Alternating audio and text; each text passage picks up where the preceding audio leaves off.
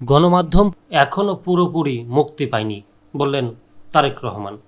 বিগত ৫ আগস্ট ফ্যাসিবাদী সরকারের পতনের পর গণমাধ্যম কিছুটা স্বাধীনতা ভোগ করলেও এখনও ফ্যাসিবাদ শক্তির হাত থেকে গণমাধ্যম পুরোপুরি মুক্ত নয় বলে মন্তব্য করেছেন বিএনপির ভারপ্রাপ্ত চেয়ারম্যান তারেক রহমান।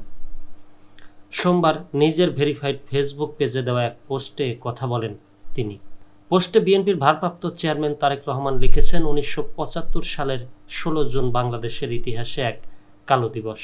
এদিনে তৎকালীন শাসক গোষ্ঠী সব দল বাতিল করে চরম কৃতত্ববাদী একদলীয় বাকশাল কায়েম করে তাদের অনুগত ৪টি সংবাদপত্র রেখে গোটা জাতিকে নির্বাক করে দিয়েছিল।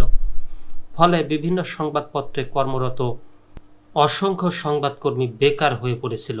তাদের রুজি রোজগার ও সন্তানদের ভবিষ্যৎ চরম নৈরাজ্যের দিকে ঠেলে দেওয়া হয়।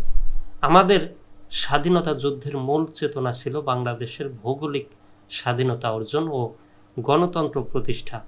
চিরায়ত গণতন্ত্রে মানুষের নাগরিক স্বাধীনতা নিশ্চিত হয় এবং যার মূল শর্ত হচ্ছে বাক, চিন্তা ও মত প্রকাশের স্বাধীনতা।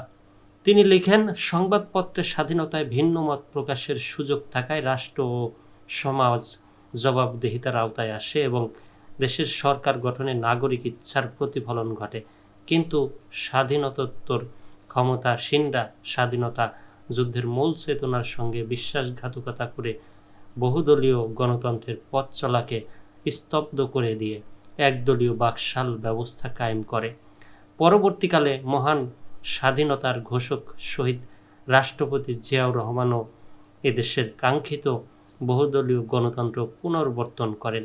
বাকশাল সরকারের সকল প্রকার অগণতান্ত্রিক কালা কানুন বাতিল করে সংবাদপত্রের স্বাধীনতা পুনর্প্রতিষ্ঠিত করেন।